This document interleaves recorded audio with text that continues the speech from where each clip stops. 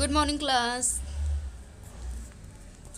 आज मैं लेकर आई हूँ आप लोगों के लिए कुछ और इम्पॉर्टेंट डिसीज़ेज जो कि कॉमन है। इससे पहले कि लास्ट वीडियोज़ में भी मैंने बताया था कुछ इंपॉर्टेंट डिसीज़ेज जो कि हमारी बॉडी में कॉमन होती है। जैसे मैंने बताया था कि 100% में से 20% लोगों को तो ये डिसीज़ होती ही होती है।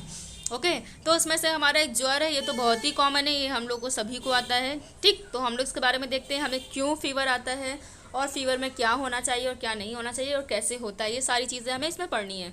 देखिए नंबर फर्स्ट में हम पढ़ते हैं। देखिए जैसे हमारी बॉडी, हमें कैसे पता चलता है कि हमें फीवर आ गया है।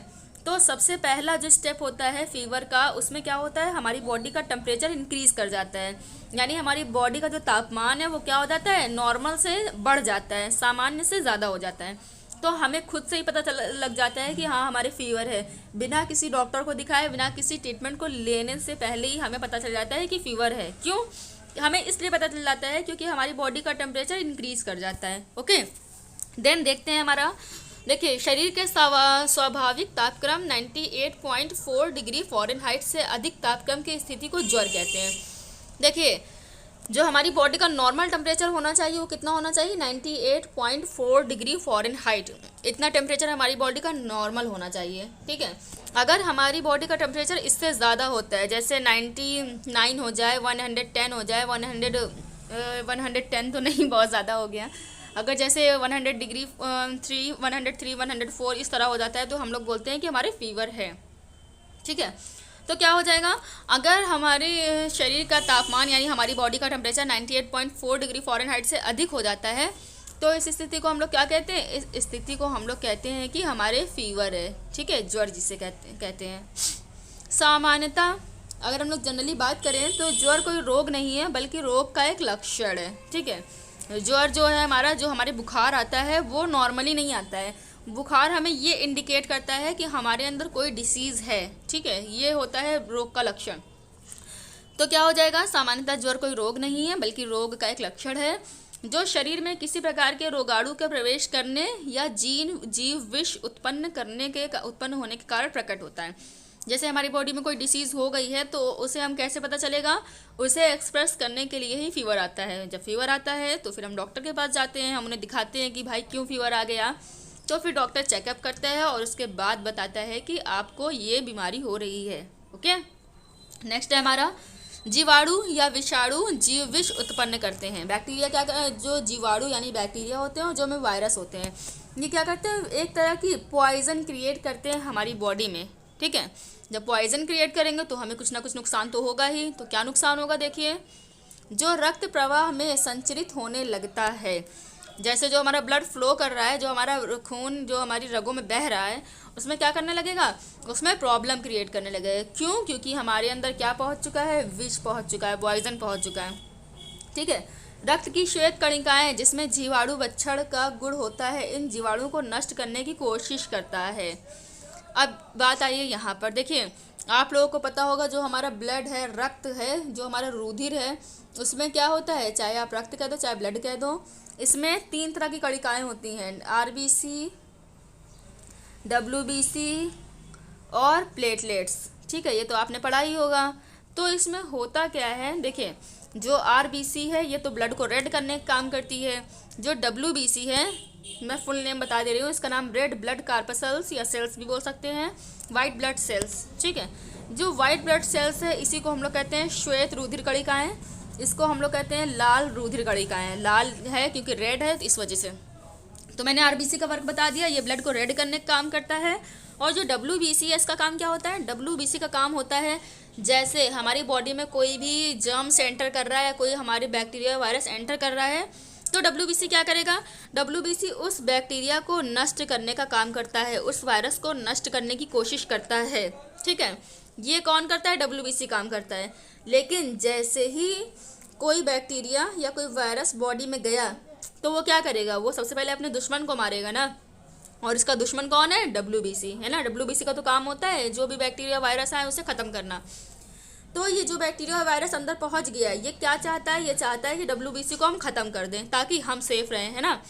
तो क्या करेगा, जैसे ही ये बॉडी में प्रवेश करेगा डब्ल्यूबीसी को ख़त्म करना स्टार्ट कर देगा। अब जब डब्ल्यूबीसी ख़त्म हो रही है, डब्ल्यूबीसी ख़त्म हो रही तो क्या हो जाएगा, जो हमारी रोगों से लड़ने की क्षमता है, किसी भी डिसीज़ के खिलाफ यानी अगेंस्ट जो हम लड़ाई करते हैं वो हम WBC के खिलाफ की वजह से ही करते हैं। अब जब WBC ख़त्म हो रहा है तो फिर हमारी बॉडी में कुछ लड़ने के लिए बचा, कुछ नहीं बचा। तो इसलिए हमें करना क्या है, WBC को बचाना है। तो अब हमें क्या करना है देखिए इसमें। तो क्या हो जाता है,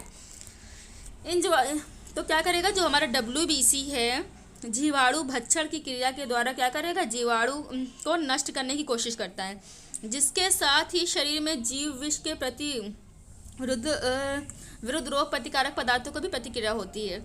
इन सब प्रतिक्रियाओं के फलस्वरूप शरीर का स्वाभाविक तापक्रम बढ़ जाता है।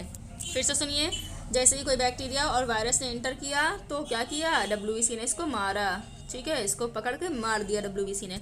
जब इसको पकड़ के मारा है तो क्या किया, जब इसको मारेगा तो ये भी तो भाई कुछ करेगा, है ना। इसने क्या किया, इसने भी फाइटिंग करी, दोनों ने फाइटिंग करी, दोनों की फाइटिंग हुई। फाइटिंग करने के बाद क्या हो जाएगा, जब दोनों की प्रतिक्रिया हो रही है तो इन सब के फलस्वरूप क्या हो जाएगा, शरीर का जो ताप होता है वो बढ़ जाता है, टेम्परेचर बढ़ जाता है। ठीक है, शरीर का तापक्रम अधिक बढ़ जाने के कारण कुछ रोग के जीवाणु नष्ट भी हो जाते हैं, क्योंकि लड़ाई हो रही है ना, तो लड़ाई होने में कुछ तो होगा ना, कुछ वो उसको भी मारेंगे, उसको भी मारेंगे, तो क्या हो जाएगा, जीवाणु नष्ट भी हो जाते हैं। जो जीवाणु हमारी बॉडी के अंदर आए हानिकारक, WBC उन्हें ख़त्म भी कर देता है। शरीर के सामान्य तापक्रम में अत्यधिक वृद्धि घातक भी सिद्ध होती है। कभी कभी ऐसा होता है कि टेम्परेचर बहुत ज़्यादा हो जाता है हमारी बॉडी का, तो उस केस में क्या हो जाता है, ये फीवर हमारे लिए बहुत ही ज़्यादा हार्मफुल भी हो जाता है। जैसे कभी कभी हमारे फीवर दिमाग पर चढ़ जाता है, आपने सुना होगा कि बुखार दिमाग पर चढ़ गया तो उससे उसकी डेथ हो गई, सुना होगा ना आपने। तो इसलिए कह रहे हैं कि कभी कभी फीवर बहुत ज़्यादा घातक भी हो जाता है। अतः ज्वर मनुष्य का मित्र और शत्रु दोनों ही है ना। हम लोग कह सकते हैं ना, एक तो हमारा मित्र कैसे है, मित्र हमें ऐसे है कि फीवर से हमें पता चल रहा है कि हमारे अंदर कोई डिसीज़ है। अगर फीवर ना आए तो हमें पता ही ना लगे कि हमें कोई बीमारी भी हुई है ना।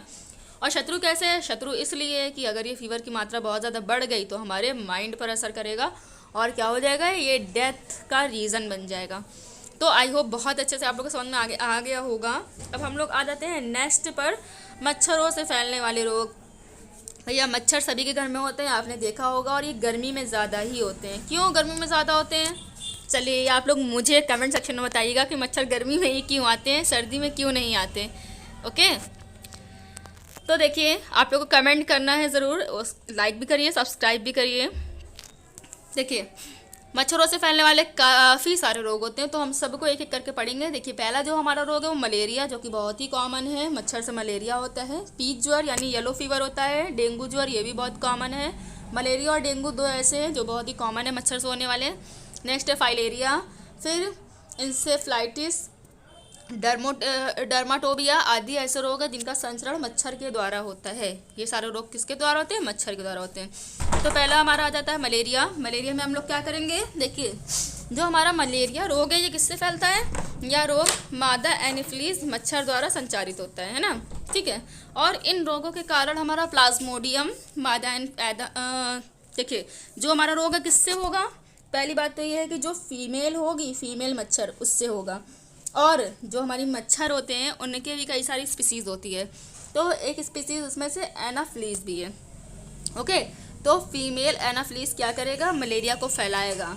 मेल मच्छर नहीं काटते हैं, आप लोग को ये बात पता होनी चाहिए, जितने भी मच्छर काटते हैं वो सब फीमेल होते हैं। ओके, तो क्या हो जाएगा, यह रोग मादा एनाफ्लीज मच्छर के द्वारा होता है। इन रोग के कारण प्लाज्मोडियम मादा एनाफ्लीज मच्छर के शरीर में आश्रय लेता है। ठीक है, जिसे अपने डंक द्वारा मनुष्य के शरीर में पहुंचकर उसे उत्पन्न कर देता है। भैया यहाँ उत्पन्न है, आप लोग उत्पन्न कर लीजिएगा, उनंग कुछ नहीं होता है।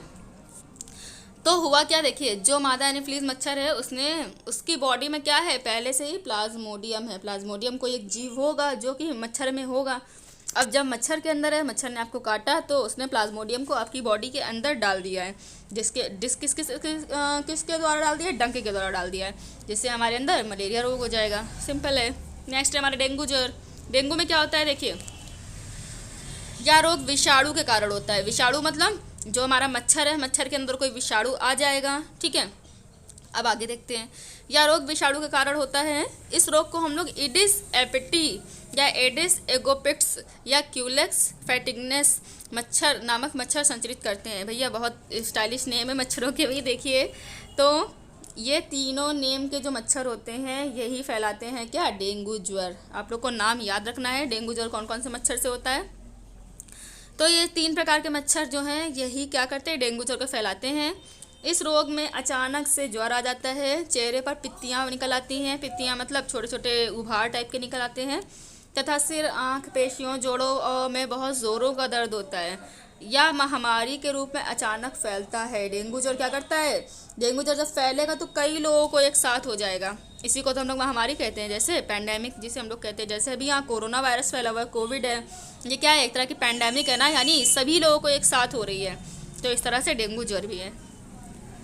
नेक्स्ट है हमारा खसरा। खसरा सभी लोग जानते हैं, बहुत ही सिंपल सा है, मीजल्स जिसे बोलते हैं। यह रोग भी वायरस के द्वारा होता है, इसके रोगाणु भी वायु के द्वारा फैलते हैं। ये सब किसके रोग हैं, मच्छर से होने वाले रोग हैं। लक्षण क्या है इसका, रोग के प्रारंभ में शरीर पर छोटे छोटे दाने निकल आते हैं, ठीक है।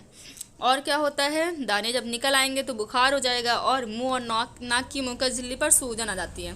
मुंह और नाक के अंदर भैया एक झिल्ली है जिसे हम लोग म्यूकस झिल्ली कहते हैं, इस पर सूजन आ जाती है जिसमें खांसी आती है। जब सूजन आ जाएगी नाक की झिल्ली में तो हमें खांसी आएगी। समय पर इलाज ना होने पर बच्चे को निमोनिया हो जाता है, ठीक है। अब निमोनिया क्या है, इसे पढ़ने के लिए आप लोग प्रीवियस वीडियोस देख लीजिएगा, उसमें मैंने निमोनिया को बहुत अच्छे से समझाया हुआ है, पूरी कैसे होता है, क्या करना चाहिए में क्या नहीं करना चाहिए, सब कुछ मैंने निमोनिया का बताया हुआ है। देन इसका उपचार क्या है, किसका उपचार, मच्छर से फैलने वाले रोगों का क्या उपचार है। तो पहला हमारा उपचार है, हमें खसरे का टीका लगवाना चाहिए, रोगी को अन्य बच्चों के साथ नहीं खेलने देना चाहिए और रोगी को गुनगुने पानी से शरीर की सफाई करनी चाहिए। रोगी की गुनगुने पानी से शरीर की सफाई करनी चाहिए।